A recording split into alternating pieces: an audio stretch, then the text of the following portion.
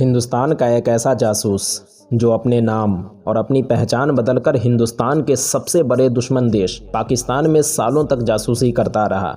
एक ऐसा जासूस जो पाकिस्तान पहुंचकर पाकिस्तानी सेना में भर्ती होकर मेजर की पद तक पहुंच गया। एक ऐसा जासूस जिसकी बहादुरी, देश के लिए मर मिटने का जज्बा और पूरी दिलेरी से जासूसी के कारनामे अंजाम देने के कारण हिंदुस्तान की पूर्व प्रधानमंत्री इंदिरा गांधी ने ब्लैक टाइगर के खिताब से नवाजा। एक ऐसा जासूस जिसके अंदर देश के लिए मर मिटने का जज्बा और हौसला था। उसकी बहादुरी और दिलेरी को देखते हुए उसे हिंदुस्तान का नंबर 1 जासूस कहा जाए तो शायद गलत नहीं होगा, क्योंकि हिंदुस्तान के लिए जासूसी करते हुए जो उसने तकलीफें और यातनाएं सही हैं, शायद कोई दूसरा इन यातनाओं को झेल नहीं पाता।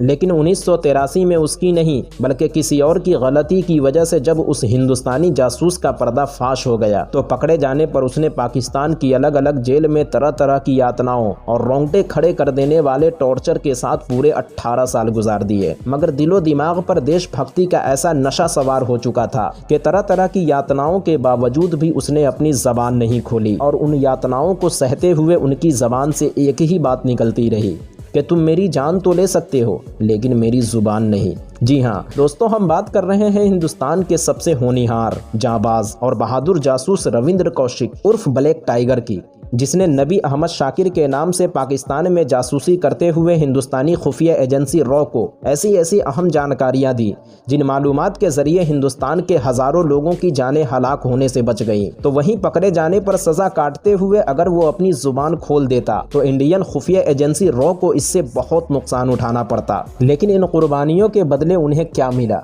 जिस देश के लिए उसने अपना तन मन धन सब कुर्बान कर दिया, उस देश की सरकार और खुफिया एजेंसी ने पकड़े जाने पर उसे भुला दिया। जिस देश के लिए उसने सब कुछ कुर्बान कर दिया, मरने के बाद उस देश की उसे मिट्टी तक नसीब न हुई। दोस्तों, आपको बता दूं कि एक जासूस की ज़िंदगी सच में अजीब होती है। जासूसी की दुनिया में कदम रखने से पहले ही एक जासूस को ये बता दिया जाता है कि आप अपने देश के लिए पूरी ईमानदारी से इस काम को अंजाम देंगे, लेकिन इससे हटकर अगर किसी वजह से आपका राज खुल गया तो उस वक्त हम आपकी कोई मदद नहीं कर पाएंगे और शायद हम आपको पहचानने से भी इनकार कर दें। और यही सच है। दुनिया के अलग अलग देश के कई जासूसों के साथ ऐसा हुआ भी है कि जिस देश के लिए उन्होंने सालों तक जासूसी की, पकड़े जाने पर देश की सरकार और एजेंसियों ने उन्हें पहचानने से भी इनकार कर दिया। और रविंद्र कौशिक के साथ भी कुछ ऐसा ही हुआ। तो क्या है हिंदुस्तान के सबसे बड़े जासूस रविंद्र कौशिक उर्फ ब्लैक टाइगर की रोंगटे खड़ी कर देने वाली पूरी कहानी वीडियो में डिटेल्स में बताएंगे। मगर कहानी शुरू करने से पहले आपसे एक छोटी सी गुजारिश है कि अगर आप चैनल पर नए हैं तो वीडियो पसंद आने की सूरत में चैनल को जरूर सब्सक्राइब करें, क्योंकि इस चैनल पर हम इसी तरह रहस्य और रोमांच से भरपूर सच्ची कहानियां लेकर आते रहते हैं। तो चलिए वीडियो की शुरुआत करते हैं।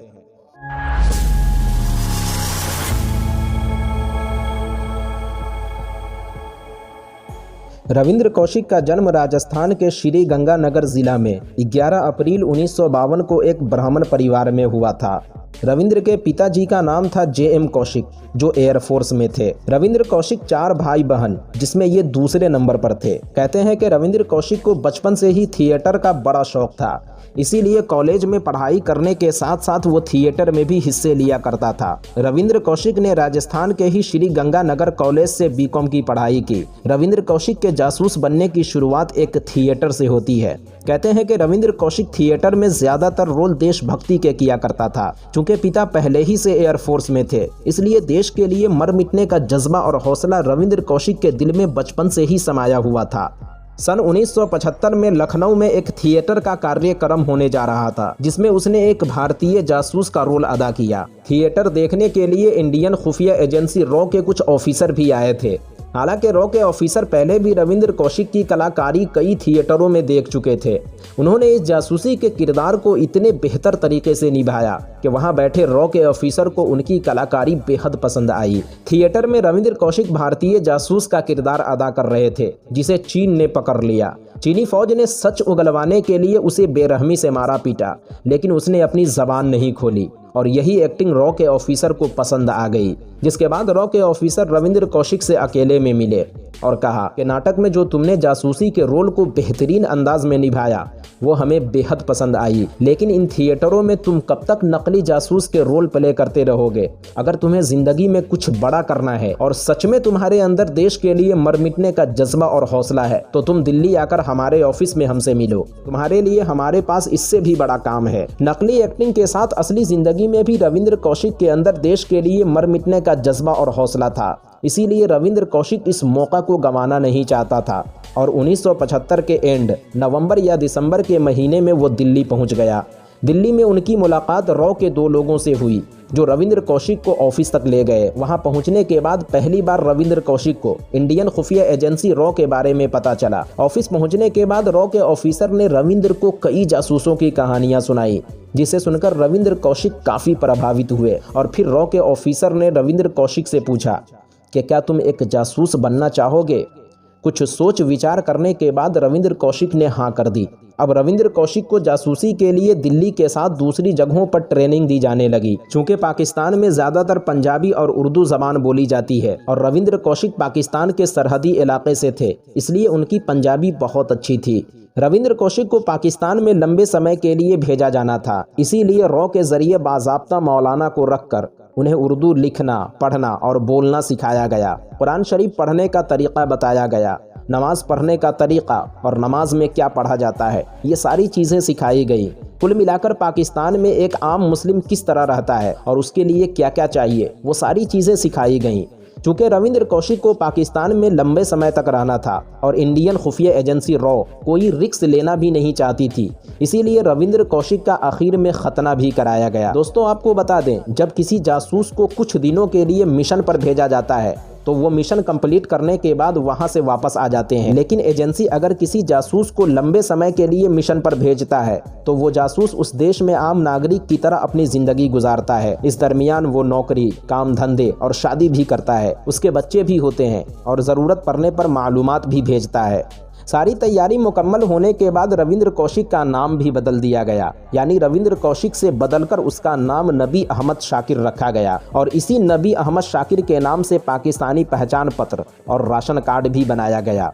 पाकिस्तान भेजने से पहले रविंद्र कौशिक को अलग अलग मुल्कों में छोटे मोटे मिशन के लिए ट्रायल के तौर पर भेजा गया, जिसमें पाकिस्तान भी शामिल था। इस मिशन को रविंद्र कौशिक ने बखूबी अंजाम तक पहुंचाया। जासूसी की दुनिया में कदम रखने से पहले रॉ ने रविंद्र कौशिक के सामने एक शर्त और रखी थी कि जासूसी के बारे में वो किसी को नहीं बताएगा, यहाँ तक कि अपने घर वालों को भी, और उसके घर वालों को रॉ हर महीने पैसे भेज देगी। पाकिस्तान जाने से पहले रविंद्र कौशिक ने अपने घर वालों से कहा कि उसे दुबई में एक अच्छी नौकरी मिल गई है और उसी नौकरी के सिलसिले में वो दुबई जा रहा है। 1975 से 1977 के बीच सारी ट्रेनिंग और तैयारियां मुकम्मल होने के बाद एक लंबे समय के लिए रविंद्र कौशिक को पाकिस्तान भेजने का समय आ चुका था। अब यहाँ एक सवाल पैदा होता है कि इतनी सारी तैयारियां करने के बाद रविंद्र कौशिक को पाकिस्तान ही क्यों भेजा गया, किसी और देश में क्यों नहीं? कहते हैं कि 1965 और 71 की जंग में हारने के बाद पाकिस्तान बुरी तरह बौखला चुका था और ये मुमकिन था कि पाकिस्तान जवाबी कार्रवाई करने के लिए हिंदुस्तान के खिलाफ कोई साजिश बुन रहा हो। उन्हीं खुफिया मालूमात के लिए रविंद्र कौशिक को पाकिस्तान भेजा गया। पाकिस्तान जाने से पहले रविंद्र कौशिक ने अपनी सारी पहचान हिंदुस्तान में ही दफन कर दिया और अब एक नई पहचान और नए नाम के साथ रविंद्र कौशिक नबी अहमद शाकिर के नाम से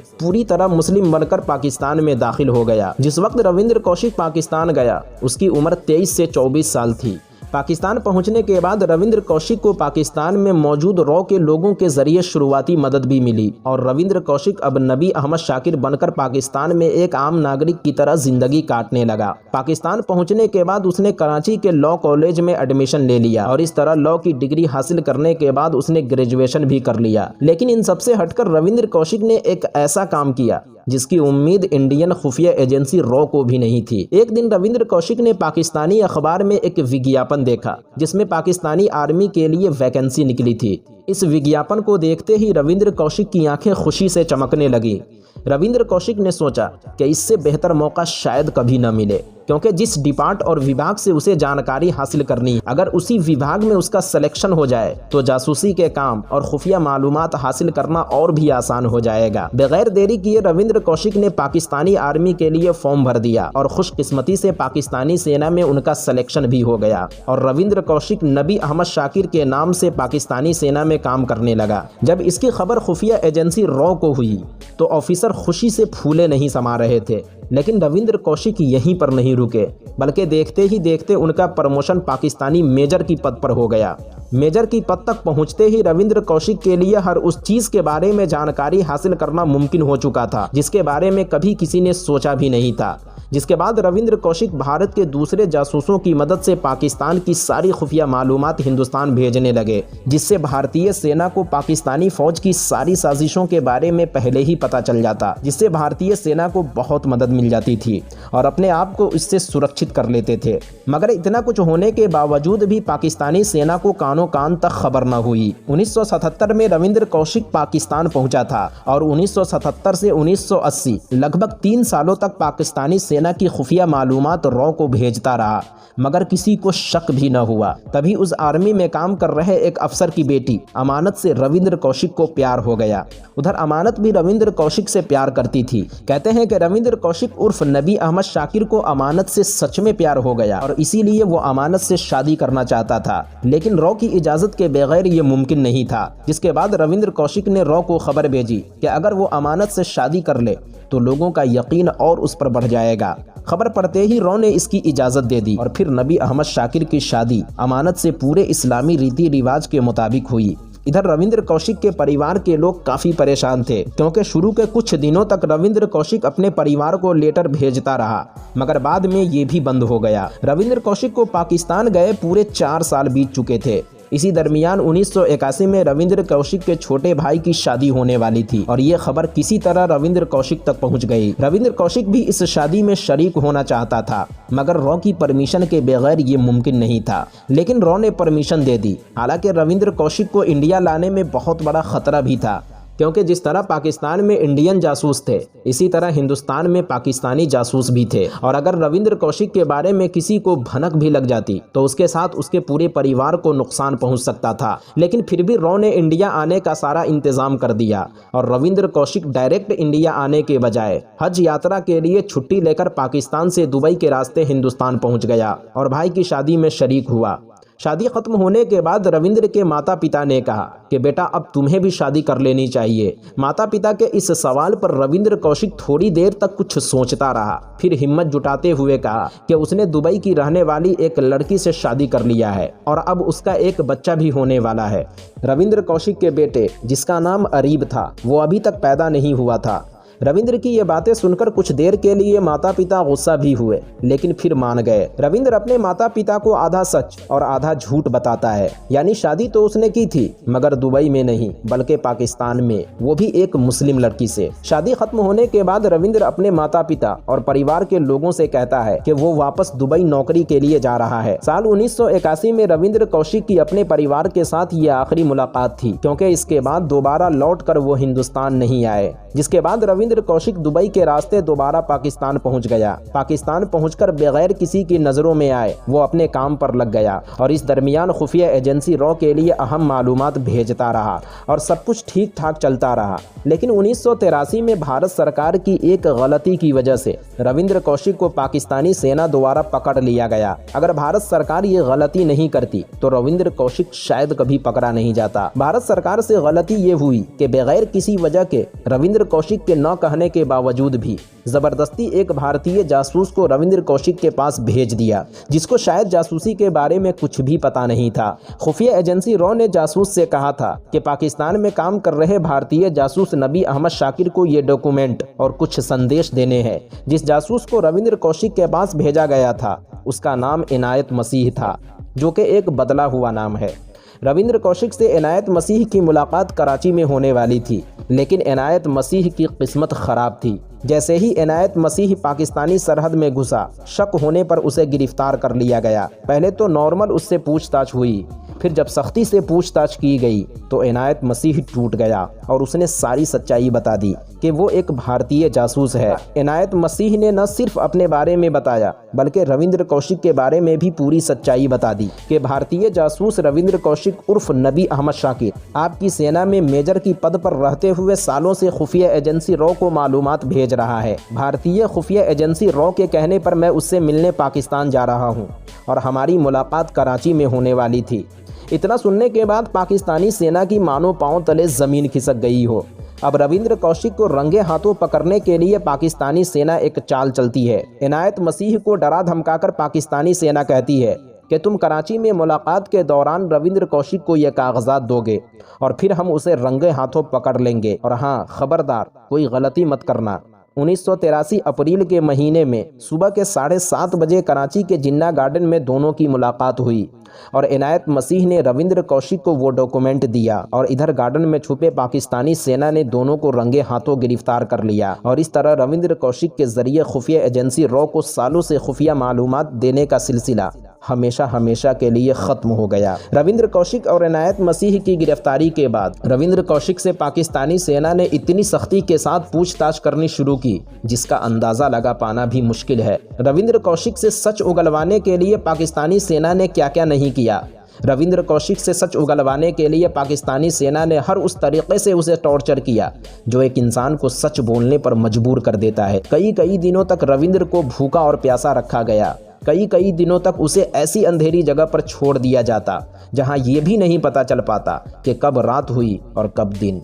पाकिस्तानी सेना ने रविंद्र से सच उगलवाने के लिए हर तरह के जुल्म ढाए, मगर इतनी यातनाओं और तकलीफ़ों के बावजूद रविंद्र कौशिक एक शब्द तक नहीं बोले कि वो भारतीय जासूस और भारत के लिए खुफिया मालूमात भेजता था। इधर रविंद्र कौशिक की पत्नी अमानत को जब उसके बारे में पता चला कि उसका पति एक भारतीय जासूस और वो भी एक हिंदू है, तो रविंद्र की पत्नी अमानत अपने बेटे के साथ नबी अहमद शाकिर से मिलने पाकिस्तान की सियालकोट जेल में पहुंच गई। और ये रविंद्र कौशिक से अमानत की आखिरी मुलाकात थी, क्योंकि उसके बाद वो दोबारा लौटकर अपने पति नबी अहमद शाकिर से मिलने कभी नहीं गई। हालांकि पाकिस्तान की जेल में रहते हुए रविंद्र कौशिक ने अपनी पत्नी अमानत को एक लेटर भी भेजा जिसमें लिखा कि मेरी वजह से आपकी ज़िंदगी बर्बाद हो गई, मगर ये मेरी मजबूरी थी, हो सके तो मुझे माफ़ कर देना। रविंद्र की जासूसी के बारे में अमानत को कुछ भी नहीं पता था, लेकिन इसके बावजूद जब लोगों को पता चला कि अमानत एक भारतीय जासूस की बेगम है तो उसे गलत नज़रों से देखने के साथ उस पर तरह तरह के जुल्म करने लगे।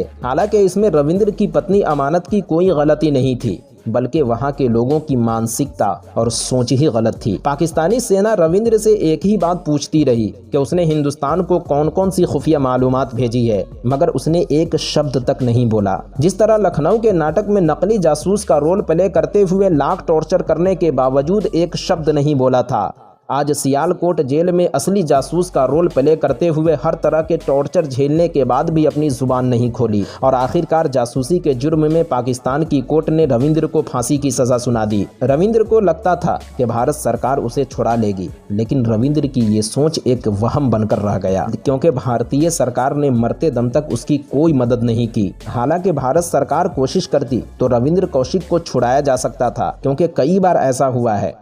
हर देश का कोई न कोई कैदी या जासूस दूसरे देश में बंद होता है और दोनों देशों की सरकार समझौता करके कैदियों की अदला बदली कर लेती है, लेकिन भारतीय सरकार ने इस बारे में सोचा तक नहीं। इधर जेल में बंद होने के बाद भी रविंद्र कौशिक ने सरकार और अपने परिवार के नाम एक पत्र लिखा। ये पत्र उर्दू में लिखा गया था। कहते हैं कि रविंद्र कौशिक के घर में उर्दू पढ़ना सिर्फ उनके पिताजी को आता था। उस पत्र में लिखा था कि उनका बेटा पाकिस्तान की सियालकोट जेल में बंद है और जासूसी के जुर्म में पाकिस्तान कोर्ट ने उसे फांसी की सजा सुनाई है। साथ ही पत्र में ये भी लिखा था कि मेरी रिहाई के लिए मेरे घर वाले सरकार और खुफिया एजेंसी रॉ से बात करें। अगर सरकार चाहे तो यहाँ से हमें आज़ाद करा सकती है। जैसे ही ये दिल दहला देने वाली खबर उनके पिता ने पढ़ी, इस सदमे को वो बर्दाश्त न कर सके और दिल का दौरा पड़ने से उनकी मौत हो गई। इस पत्र के बारे में सिर्फ रविंद्र के पिता को पता था, घर वालों को पता भी नहीं था कि अचानक उन्हें दिल का दौरा क्यों पड़ गया। कुछ दिनों तक वो लेटर उसी तरह घर में पड़ा रहा और आखिर एक दिन लेटर पर घर वालों की नज़र पड़ी और उन्होंने किसी दूसरे व्यक्ति से लेटर पढ़वाया। और पहली बार रविंद्र के घर वालों को पता चला कि रविंद्र कौशिक को जासूसी के जुर्म में फांसी की सजा सुनाई गई है। जिसके बाद रविंद्र के परिवार के लोग पत्र लेकर दिल्ली में होम सिक्योरिटी तक पहुंच गए कि वो रविंद्र की मदद जरूर करेंगे, लेकिन उनकी मदद करने से हर सरकारी दफ्तर इनकार कर देते हैं। जिसके बाद थक हार कर परिवार के लोग रविंद्र को लेटर भेजते हैं कि उसके यहाँ कोई मदद करने वाला नहीं। जिसके बाद रविंद्र कौशिक कई लेटर भेजकर सरकार से मदद की गुहार लगाते हैं, मगर किसी ने उनकी मदद नहीं की। उन लेटरों में उन्होंने यहाँ तक लिखा कि एक सच्चे देशभक्त को ऐसा सिला मिलता है, अगर मुझे पता होता तो शायद ये काम मैं कभी करता ही नहीं। मुझे सरकार से ऐसी उम्मीद बिल्कुल भी नहीं थी और आज मैंने सरकार से अपनी सारी उम्मीदें तोड़ लीं, क्योंकि अब मैं उनके किसी काम का नहीं रहा, तो वो अब हमारी मदद क्यों करेंगे। लेकिन मैंने जो वादा किया था, आज भी मैं अपने उस वादे पर कायम हूँ और तरह तरह के टॉर्चर और दर्द सहने के बाद भी मैंने अपनी जबान नहीं खोली और ना कभी खोलूंगा। रविंद्र कौशिक जब सियालकोट में थे तभी 2 और भारतीय जासूस को पकड़कर उस जेल में लाया गया, जिसमें एक का नाम था गोपाल दास और दूसरे का करामत राही। इन दोनों को जब पता चला कि इसी जेल में भारतीय जासूस रविंद्र कौशिक को पकड़कर रखा गया है, उन दोनों ने किसी तरह रविंद्र कौशिक से मुलाकात की। कुछ बातें हुई, फिर रविंद्र कौशिक ने उन्हें अपनी बीवी और बेटे की फोटोज भी दी कि अगर वो हिंदुस्तान लौट कर जाए तो उनके परिवार वालों को दिखा दे कि उनके बीवी और बच्चे कभी लौट कर हिंदुस्तान आए तो वो उसे पहचान सके। जासूसी के जुर्म में कोर्ट ने रविंद्र को फांसी की सजा सुनाई, लेकिन फिर उस फांसी के खिलाफ पाकिस्तान कोर्ट में अपील की गई और पाकिस्तान की कोर्ट ने फांसी की सजा को 25 साल में तब्दील कर दिया। कहते हैं कि इस दरमियान रविंद्र की तबीयत बहुत ख़राब हो चुकी थी। उसे टीबी की बीमारी हो चुकी थी, जिसकी वजह से उन्हें सांस लेने में दिक्कत हो रही थी। रविंद्र कौशिक ने करामत राही को एक लेटर भी दिया, जिसमें उसने अपने परिवार वालों को टीबी की दवा भेजने को कहा, क्योंकि उस वक्त पाकिस्तान में टीबी की दवा उपलब्ध नहीं थी। करामत राही और गोपाल दास को किसी तरह पाकिस्तान की जेल से रिहाई मिल गई और भारत लौटने के बाद उन दोनों ने रविंद्र के परिवार और दूसरे लोगों को रविंद्र कौशिक की दर्दनाक दास्तान सुनाई। पहली बार रविंद्र के घर वालों ने उसकी पत्नी और बेटे की तस्वीर देखी। फिर घर के लोगों ने किसी तरह कोशिश करके रविंद्र कौशिक के लिए टीबी की दवा पाकिस्तान भेज दी। कहते हैं कि रविंद्र कौशिक जितना देखने में स्मार्ट थे, उनका दिमाग उससे भी तेज था। उस समय रेडियो के जरिए कैदियों को एक प्रोग्राम सुनाया जाता था, जिस प्रोग्राम का नाम था मिट्टी की खुशबू। मिट्टी की खुशबू प्रोग्राम का प्रसारण भारत से होता था। इस प्रोग्राम को हिंदुस्तान और पाकिस्तान में लोग बड़े शौक से सुनते थे। अब रविंद्र कौशिक ने यहाँ भी अपना जासूसी वाला दिमाग लगाया और किसी तरह एक लेटर लिखकर बाहर पहुँचाया, जिस लेटर में उसने लिखा था कि किसी तरह उनके परिवार के लोग मिट्टी की खुशबू प्रोग्राम में आकर अपने बारे में कुछ बताए। खबर मिलते ही रविंद्र के परिवार के लोग मिट्टी की खुशबू रेडियो प्रोग्राम में पहुँच जाते हैं और अपने बारे में सब कुछ बताते हैं। और उस वक्त रविंद्र पहली बार अपने घर वालों की आवाज रेडियो के जरिए सुनते हैं और उन्हें ये भी पता चलता है कि दिल का दौरा पड़ने से उनके पिताजी की मौत हो गई है और श्री गंगानगर को छोड़कर पूरा परिवार अब जयपुर में रह रहे हैं। दोस्तों, हम अंदाजा नहीं लगा सकते कि ये सब सुनने के बाद रविंद्र जी के दिल पर क्या गुजरा होगा। दिन ब दिन तबीयत खराब होने की वजह से पहले टीबी और फिर दिल की बीमारी हो गई और आखिर 21 नवंबर 2001 को पाकिस्तान की मुल्तान जेल में रविंद्र कौशिक की मौत हो गई। रविंद्र के परिवार के लोग 16 साल तक भारत सरकार से मदद मांगती रही, हर सरकारी दफ्तर में अपनी दर्द भरी दास्तान सुनाती रही, लेकिन किसी ने भी उनके परिवार वालों की एक नहीं सुनी।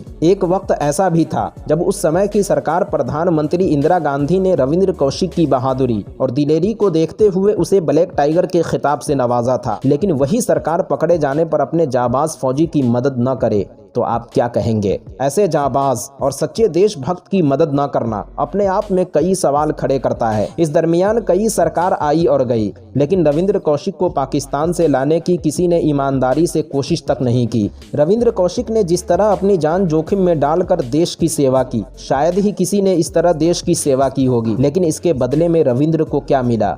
कुछ भी नहीं। रविंद्र की मौत के बाद उसी मुल्तान जेल के पीछे एक जंगल में इस्लामिक रीति रिवाज के मुताबिक रविंद्र की मृत शरीर को दफन कर दिया गया। रविंद्र कौशिक ने अपनी मौत से 3 दिन पहले अपने घर वालों को एक पत्र भेजा था, जिस पत्र में उन्होंने लिखा था कि जिस देश के लिए मैंने इतना कुछ किया, जिस देश की सरकार कभी मेरी तारीफ करते नहीं थकती थी, शायद आज मैं उसके किसी काम का नहीं रहा, इसीलिए उसने मुझे ठुकरा दिया। ऐसी किस्मत दोबारा किसी को नहीं मिले। तो दोस्तों, ये थी भारत के जांबाज और दिलेर जासूस रविंद्र कौशिक उर्फ ब्लैक टाइगर की दर्दनाक कहानी, जिस देश के लिए उन्होंने अपना सब कुछ कुर्बान कर दिया। बदकिस्मती से मौत के बाद उन्हें उस देश की मिट्टी तक नसीब न हुई। वाकई रविंद्र कौशिक की कहानी एक दिल दहला देने वाली कहानी है। दोस्तों, इस जाबाज और दिलेर जासूस रविंद्र कौशिक और एक था टाइगर के रियल टाइगर के बारे में आपकी क्या राय है, कमेंट बॉक्स में ज़रूर बताना। और इसी तरह की इंटरेस्टिंग फैक्ट और इस दुनिया से जुड़ी अजीबो गरीब मालूमात देखने और सुनने के लिए हमारे चैनल को ज़रूर सब्सक्राइब करना।